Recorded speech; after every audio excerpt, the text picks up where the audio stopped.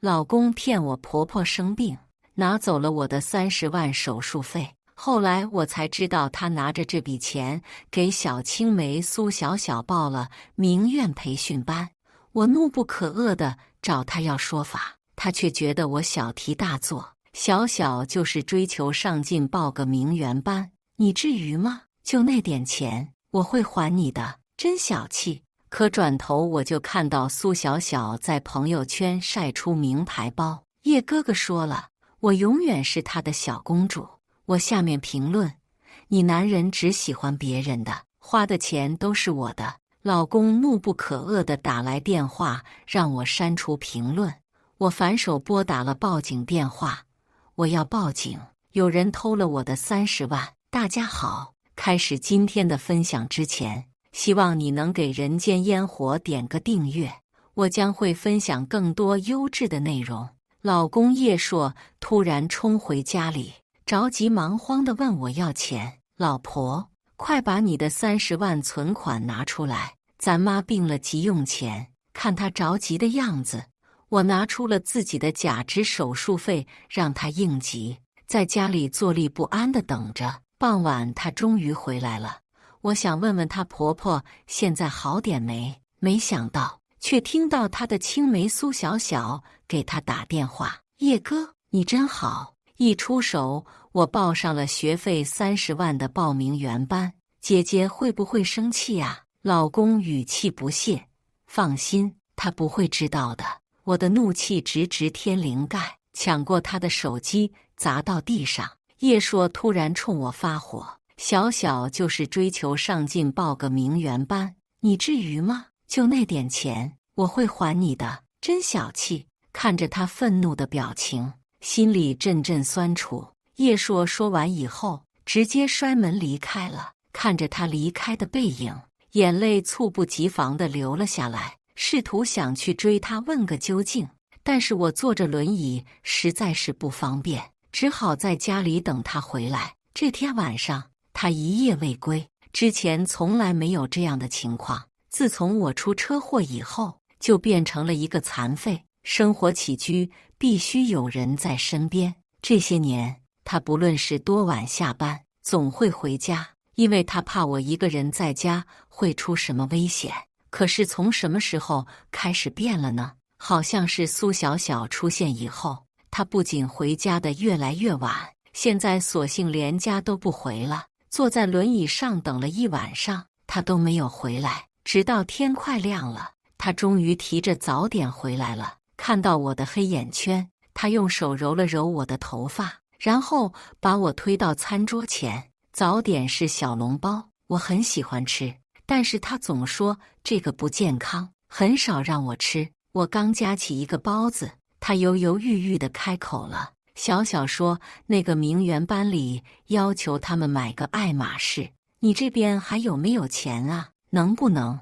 怪不得他会给我买小笼包，原来又是为了苏小小。嘴里的小笼包突然变得难以下咽，把包子直接扔进了垃圾桶，指着他让他滚出去。看我一下子这么激动，他的脸色也突然变了，冲我吼道：看看你现在的样子，真是不可理喻。说完直接离开了。家里突然安静了下来，看着垃圾桶里的包子，眼前突然变得模糊了起来。昨晚一直没睡觉，现在头疼得厉害，费劲地爬上了床，闭着眼睛休息了一会，再睁开眼，天已经完全黑了。一天没怎么吃东西，现在胃有点不舒服，拿起手机准备点个外卖，突然看到了苏小小发的朋友圈，照片里她提着一个爱马仕的包包。叶哥哥说了，我永远是她的小公主，包包只背爱马仕，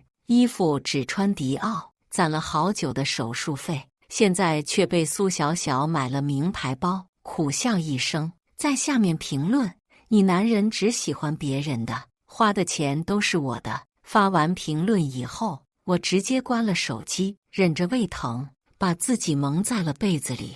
在我迷迷糊糊快要睡着的时候，听到了开门的声音，然后我的被子突然被掀开了，还没反应过来，就听到叶硕的指责声：苏天心，你是不是疯了？在朋友圈发那样的评论，什么意思？现在小小一直在哭，你赶紧给我删掉。胃里还在刺痛，但是看到他为了苏小小的事情训斥我的样子，我的心也开始揪疼。见我半天没有反应，他想拿起我的手机删评论，爬起来不想让他删掉，可是他的力气太大了，一下子把我扔到了地上，腰磕在了桌子上，一下子疼得我无法动弹。看我这个样子，他眼里有一丝担忧。这时候他的电话突然响了，里面传出来苏小小哭哭啼啼闹着要自杀的声音。挂了电话以后，他看都没看我一眼，就冲出了家，挣扎着拿到手机，拨了120，然后我就晕倒了。再醒来，发现自己躺在医院里。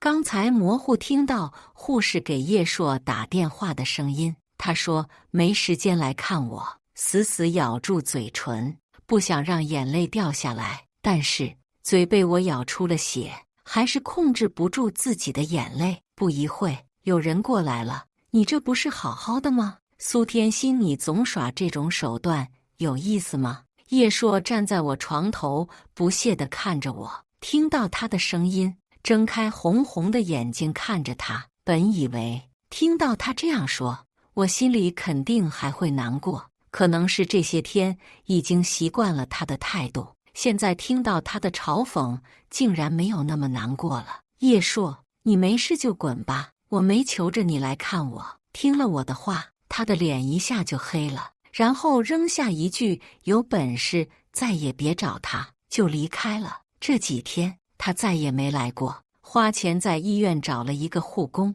每天照顾我，不仅给我喂饭，还会给我按摩。这时候我才发现，其实我就算没有叶硕，也可以活得很好。这几年一直是他在照顾我，我也理所当然的以为他就是我的依靠，离开他我根本不能生活。没想到只需要一个护工就可以替代他的位置了。走之前他说的那句话，我记在了心里，我真的不想再找他了。出院这天，护工把我送回了家。虽然一个人在家有很多不方便，但是我现在也没钱了，顾不起护工了。护工刚走，就有人摁门铃，本以为是护工忘记带东西了，打开门发现苏小小站在门口，刚想让他离开，他就自己进屋了。进去以后，在屋子里转了一圈，然后用手捂着鼻子，一直在嫌弃家里的味道。姐姐，你这家里什么味道啊？你难道不用爱马仕的香薰吗？有个味道特别好闻，我可以把链接发给你。他嫌弃地看了一眼沙发，然后垫了一张纸巾坐了下来。我家不欢迎你，出去。他像是没听到我说话一样，嘴里一直嘟囔着我家这也不好，那也不行，实在是忍无可忍了，推着轮椅走到他跟前，拽了他一把，根本没用什么力气，他却开始大吼大叫，然后眼泪不停地掉。这时候叶硕不知道从哪里冲了出来，看到苏小小哭得梨花带雨，二话没说就开始指责我。姐姐，我真的没有什么坏心，听叶哥哥说你生病了，我就想来看看你。叶硕将他牢牢护在身后，然后推了我一把，幸亏我坐着轮椅，要不然就又磕到了。好，你既然来看我，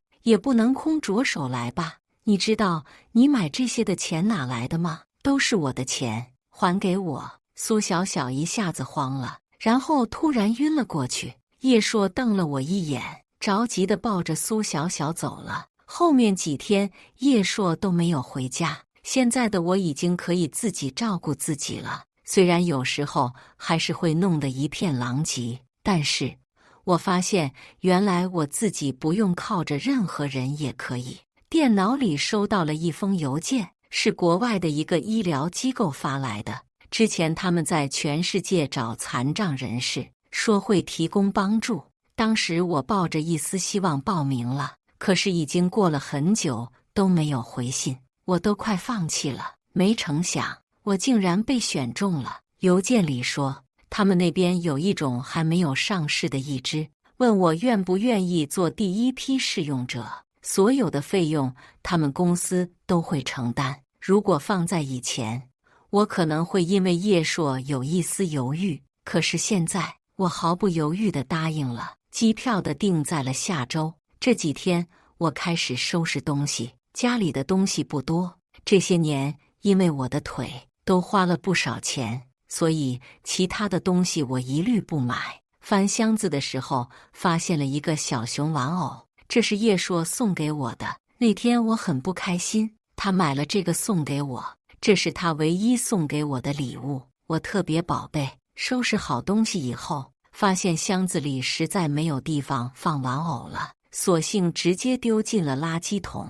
送礼物的人我都不想要了，这个破玩偶就扔了吧。去机场前，我先去了一趟律师事务所，找到了里面最厉害的离婚律师，把叶硕给苏小小花钱的证据提供给了律师。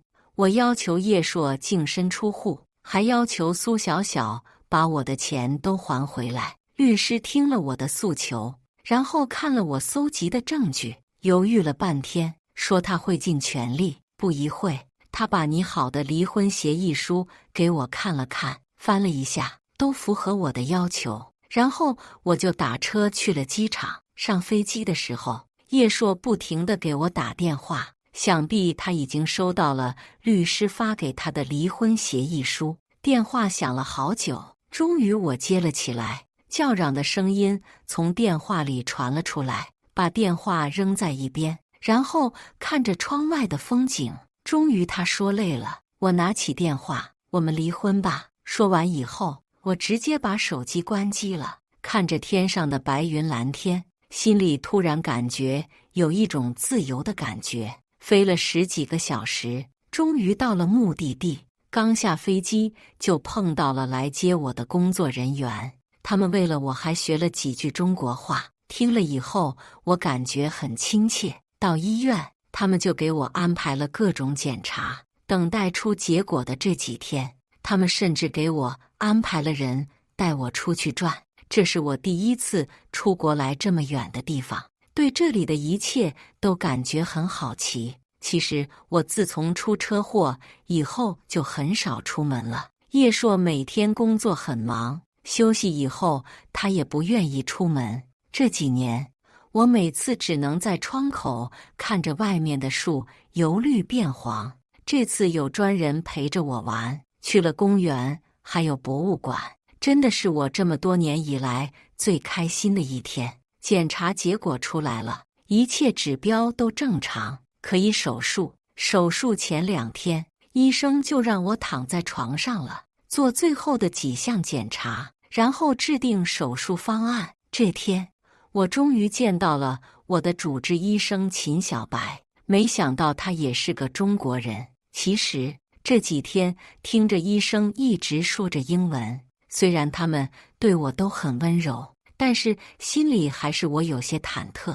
看到主治医生是个中国人，我的心里一下子安心多了。他看我有些紧张，还给我讲解了手术的原理，让我不要害怕。这么多天没有人和我说中文，终于有同胞和我讲中文了，我更加放心了。进手术室的时候，我还是有些紧张，可是秦小白拍拍我的手，让我放心。听到他的声音，我突然没那么紧张了，然后就睡着了。再醒来的时候，我感觉腿很难受。秦小白告诉我，手术切除了一点腿上的多余组织，手术很顺利，假肢已经做好了。看着他手里的假肢，我的眼泪一下子就掉了下来。这么多年我都在轮椅上度过，现在我终于又能站起来了。因为心里很着急，想快点投入康复训练，所以我每天都听医生的，吃很多有利于康复的东西，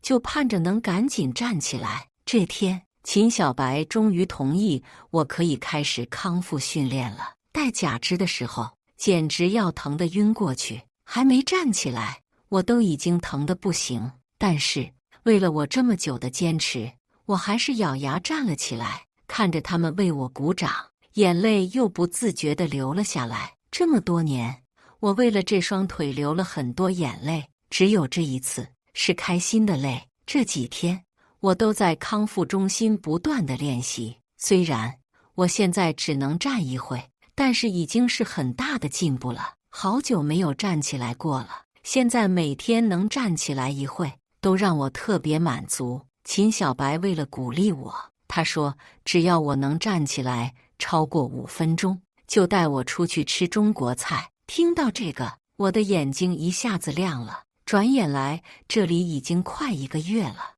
这么长时间都没有吃过中国菜，每天不是汉堡就是牛排，看着都头大。为了能吃到中国菜，我拼了。医生的治疗方案是每天让我训练半小时。可是我为了能早点吃到中国菜，提出了加练。腿因为每天高强度的训练，已经磨出了血，但是我还是觉得不够。在大家都走以后，我一个人偷偷地去了康复中心，慢慢地扶着杆子迈出了一小步，看着镜子里的自己，我给自己点了个赞，然后又在这里训练了1个小时。快结束的时候，秦小白过来了。看到他以后，我想迫不及待地给他展示我的成果，不仅可以站5分钟，还可以走路了。刚给他展示完，我突然感觉眼前一黑，在睁眼的时候，秦小白一脸担心地看着我：“你是不是疯了？苏天心，康复医生让你每天训练1小时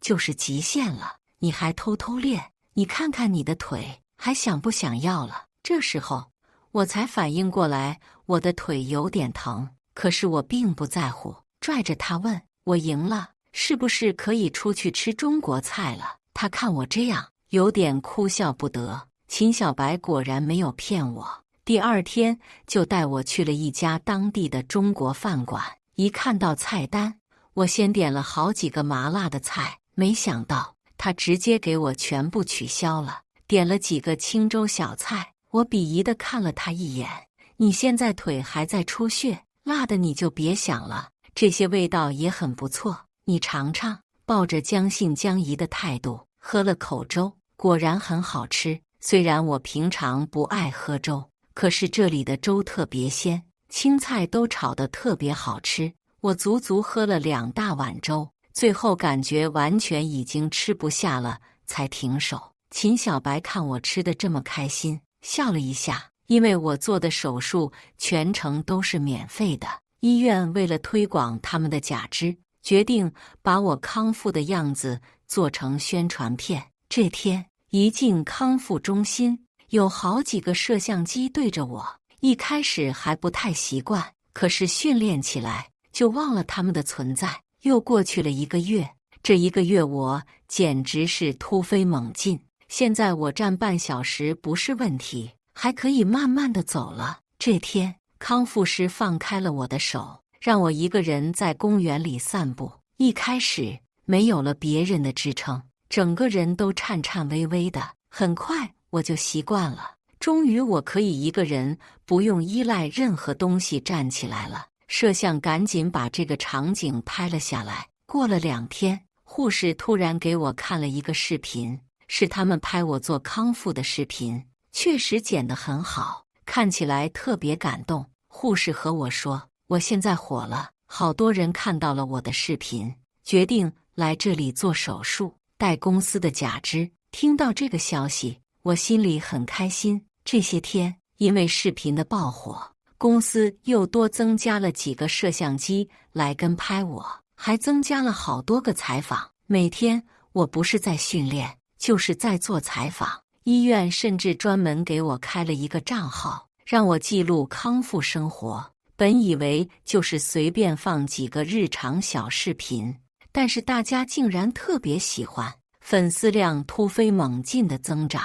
还有许多和我一样的病友和我咨询有关假肢的事情。因为我努力做康复训练的视频，大家竟然叫我励志姐。从来没想过我这个人竟然可以给大家带来这么多的能量。之前刚出车祸的时候，每天躺在床上郁郁寡欢。没成想，现在竟然能成为给大家带来积极能量的人。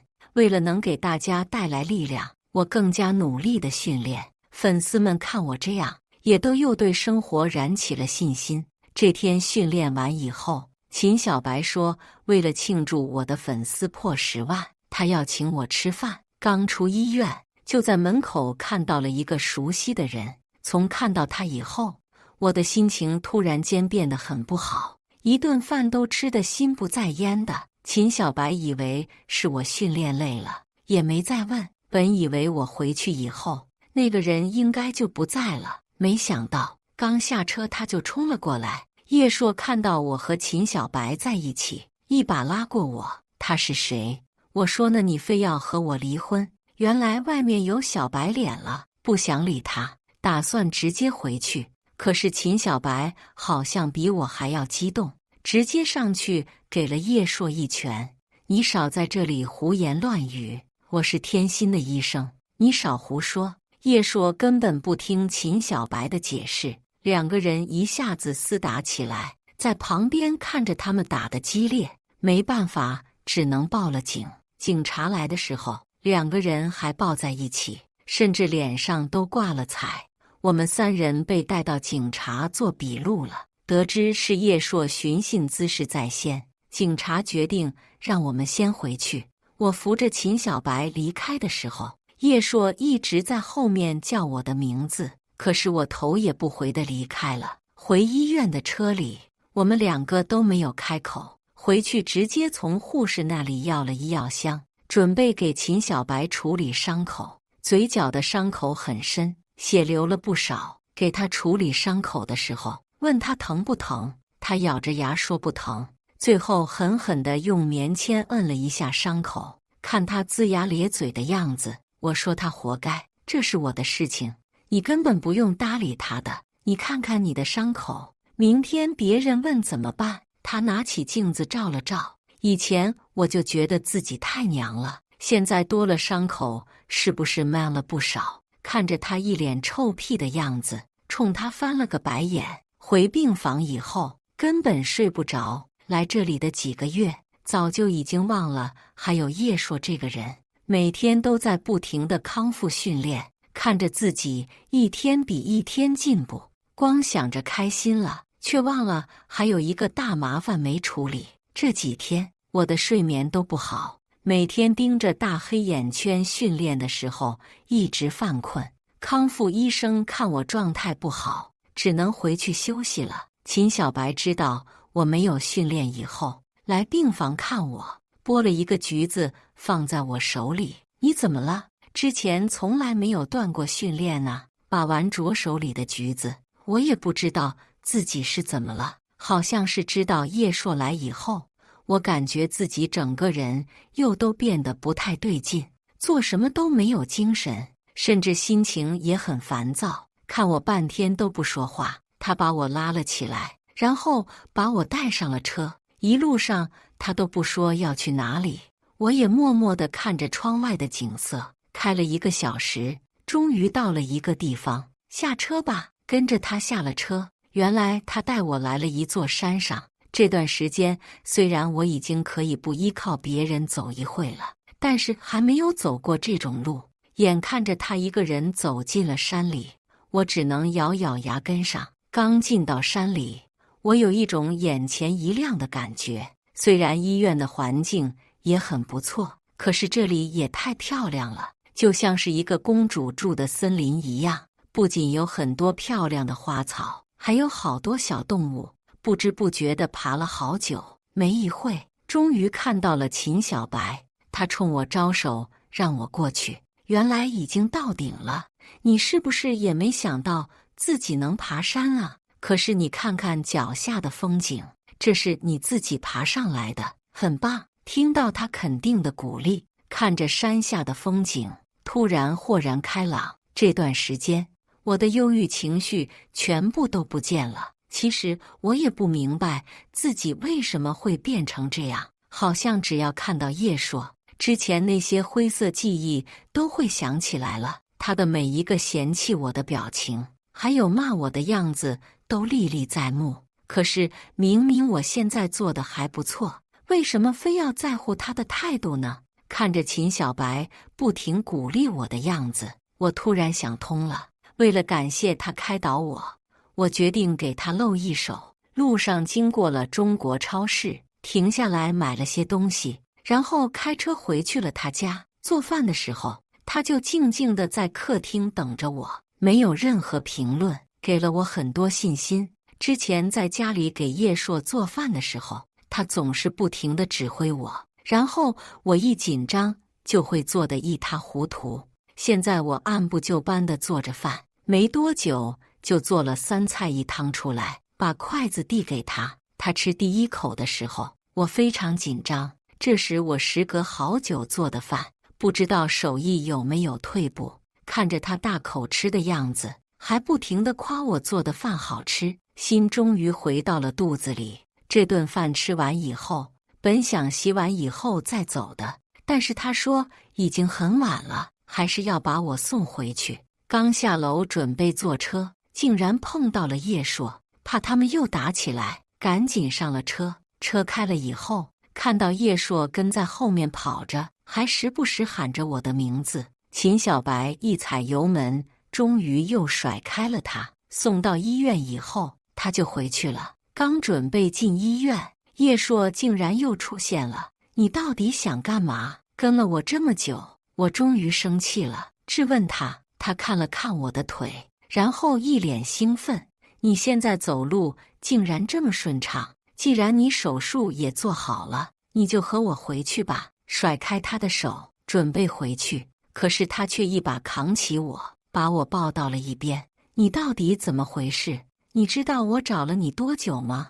要不是看到了你的视频账号，我现在都不知道你在这儿。听说你这腿都没花钱，这不正好吗？以前没觉得，现在一听到他声音，让我整个人都无比烦躁，对着他大喊一声：够了！离婚协议你已经看到了，我要求你净身出户，其他没什么好谈的。说完以后，我甩开他回了医院。因为叶硕的事情，这几天我都不想出去。医院里管得比较严格，不允许陌生人进入。过了1个礼拜，我感觉他应该差不多要离开了。可是我刚打算到花园里晒晒太阳，就看到叶硕在穿着保安的衣服巡逻。看到我，他一脸兴奋地和我打招呼：天心，你看我的衣服好看吗？我想通了，既然你不愿意跟我回去，我就陪着你在这里，等你什么时候想回去了，我就带你走。他整个人兴奋得手舞足蹈，在我眼里他就是个疯子，没有心情晒太阳了。又回到了病房。自从叶硕来医院工作以后，他每天都想各种方法来病房看我，不是给我送饭就是送花的。只要看到秦小白在我病房里，他们肯定要吵架。真的不想在医院待下去了。既然他想在医院，那我走。现在我的康复训练已经快要接近尾声了，走路什么的已经不成问题了。让秦小白帮我找了一个房子，我准备搬出去。出院这天，我故意选择下午离开的医院，生怕叶硕发现我离开了，又跟过来。秦小白给我租的房子和他离得不远，走路差不多10分钟的距离。他说我如果有什么事儿，他可以及时过来。房子不大，但是却有一个小院子，这点我特别满意。出车祸不能出门走路这几年，我的梦想就是去花园里坐着晒晒太阳。现在家里就有花园了，简直太方便了。由于我的东西不多，不一会就收拾好了。虽然不知道要在这里住多久，可是我还是尽可能的想让自己过得舒服点。第2天，我打算出去逛逛，买点日常用品。家里什么都没有，实在是不方便。没想到被我找到了一个宝藏小店，里面的东西都特别可爱。这一下子没收住，就买了很多。提着大包小包走到小区门口的时候，有个人堵在了我面前。正打算让他让开，发现竟然是苏小小。这才过了几个月，他看起来沧桑了很多，身上的迪奥不见了，包也换成了帆布包。如果不是熟悉他的脸，都认不出来是他。不想和他吵架，准备绕过他回家，可是他却不依不饶地跟着我。你有毛病吧？跟着我干嘛？这时他突然拉着我的手，不停地哭。天心姐，我错了，你能不能告诉叶哥，别问我要钱了，我被骗了，真的没有钱了。原来是不想还钱，找我哭穷。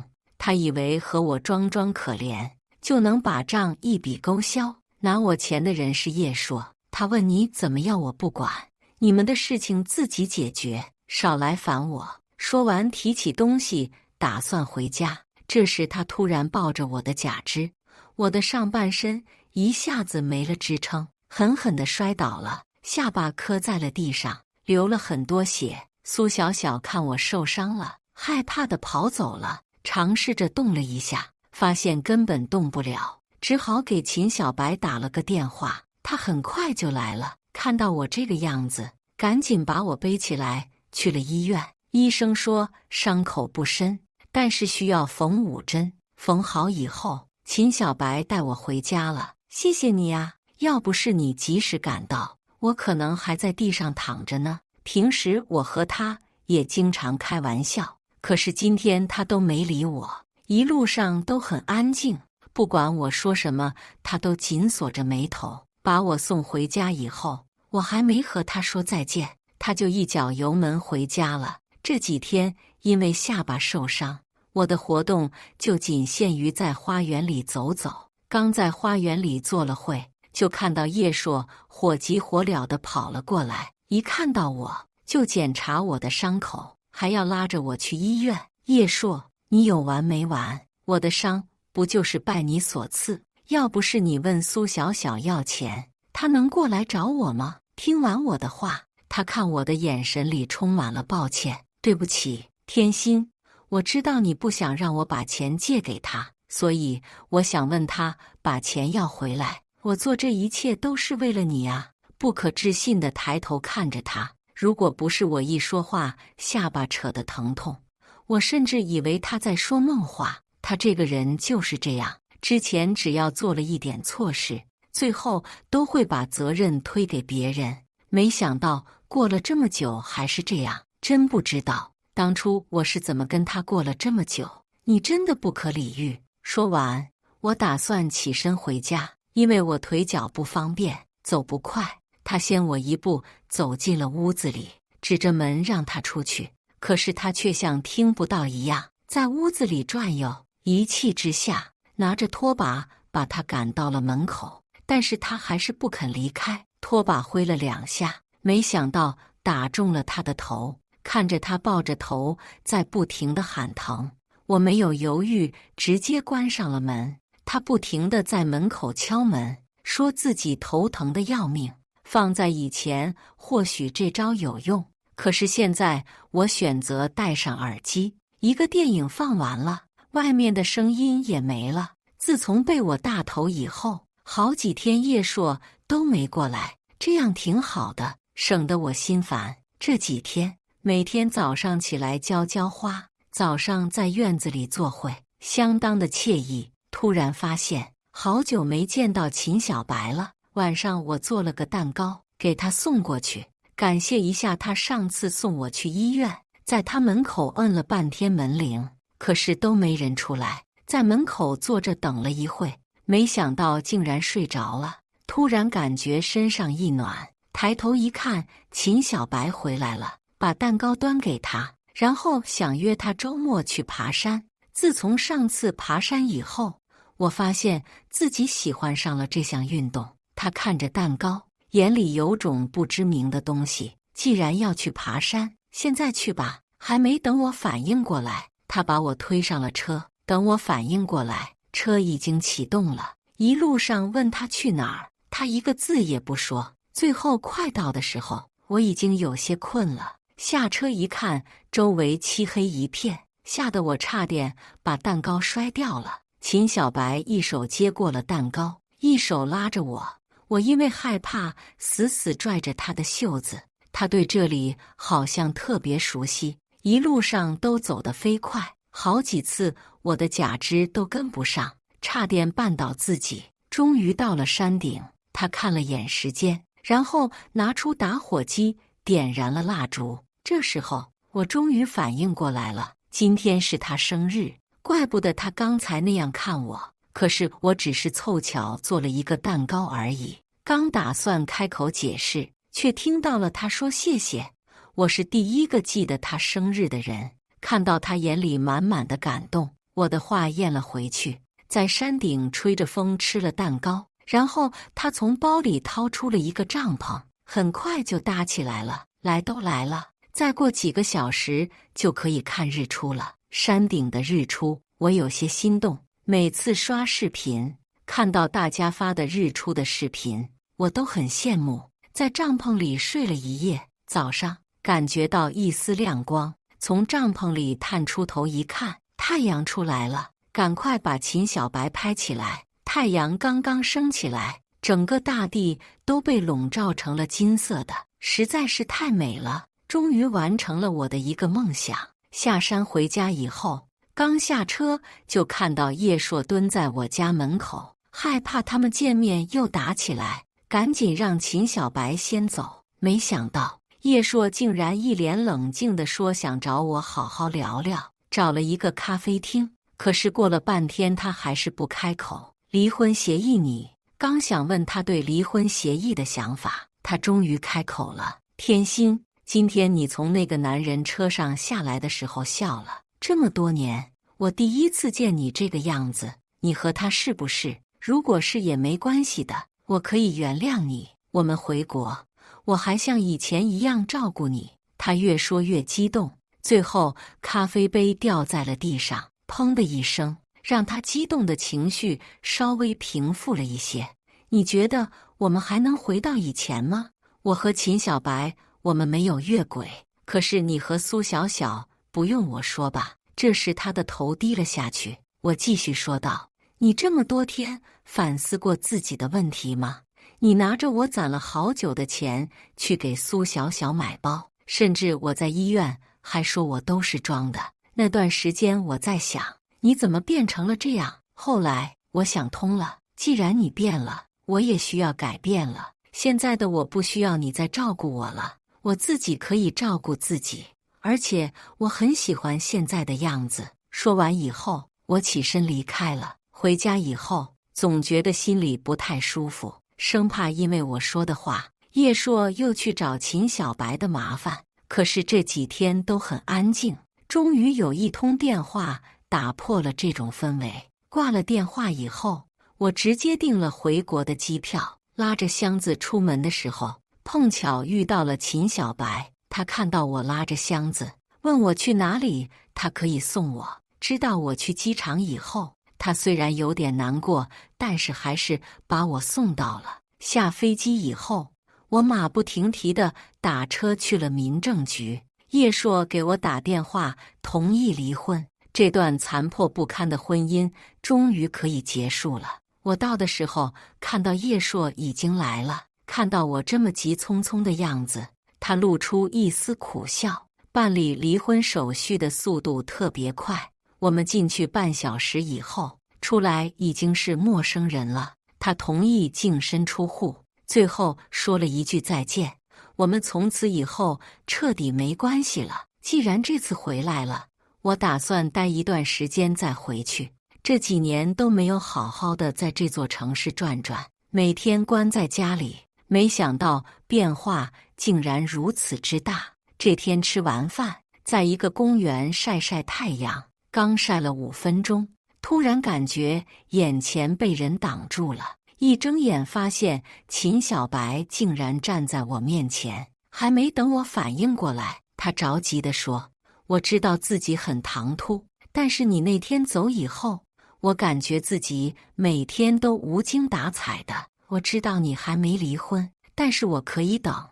你离婚以后，可以给我个机会吗？如果你不愿意出国，我也愿意为你回来的。”看着他一脸真挚的样子，我突然觉得自己真的好幸运。现在可以站起来，而且还可以碰到这么好的人。太阳光正好洒在了我们的身上，暖洋洋的。我们相视一笑。以上就是今天分享的故事。大家有什么想说的、想吐槽的，欢迎在下方评论交流。也更希望能给人间烟火点个订阅，我将会分享更多优质的故事内容。